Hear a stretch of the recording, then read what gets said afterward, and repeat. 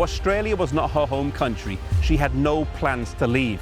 And despite requests from Pastor O.A. Olson, the GC president at the time, she was happy to stay in Australia, writing to her son Edson that she had no wish to return to America.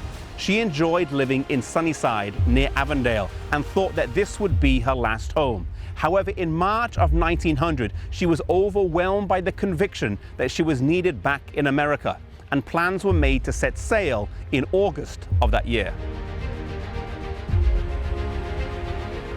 Upon arriving back in California, Ella now needed to find a place to live and work. Oakland had grown and changed considerably since she last lived there. Following her son Willie's advice, she, along with her assistant Sarah McInturfer, headed to the St. Helena Sanitarium to get some rest while he continued to look. Someone at the sanitarium mentioned that there was a house for sale just under the hill. Upon inspection, it was agreed that it would meet her every need. It was well constructed and completely furnished. The house now needed a name, and due to the large elm trees out front, it was called Elmshaven. It was whilst living here in this house that she completed some of her key books, such as Ministry of Healing, Acts of the Apostles, and an updated version of The Great Controversy.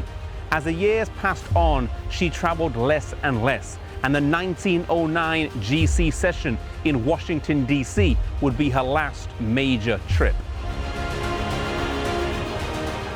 Towards the end of her life, Ellen White wrote a lot of counsel on their need to work the larger cities and strongly encouraged the church leaders to work the big cities of San Francisco, New York, Boston, and Los Angeles. She was frustrated by the lack of enthusiasm and support and the focus on obstacles.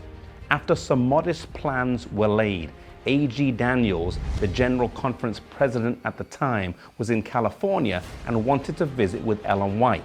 He came here to Elmshaven, but the messenger of the Lord refused to see him. She sent word to him that when he was ready to follow the work that needed to be done, then she would talk to him.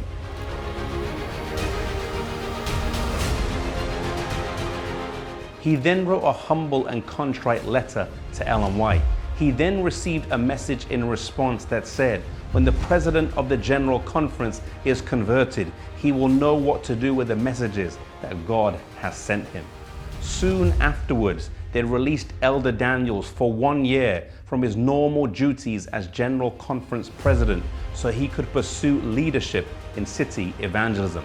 He chose New York City and finally fulfilled what God had intended for him to do in evangelistic work and helped launch a new day in Seventh-day Adventist city evangelism. A.G. Daniels had heard the counsel about working the cities, but he hadn't fully applied himself to it. Oftentimes we can be like that. We know what we ought to do, but we don't take it seriously, and we want God to give us more counsel or to affirm what we already are doing.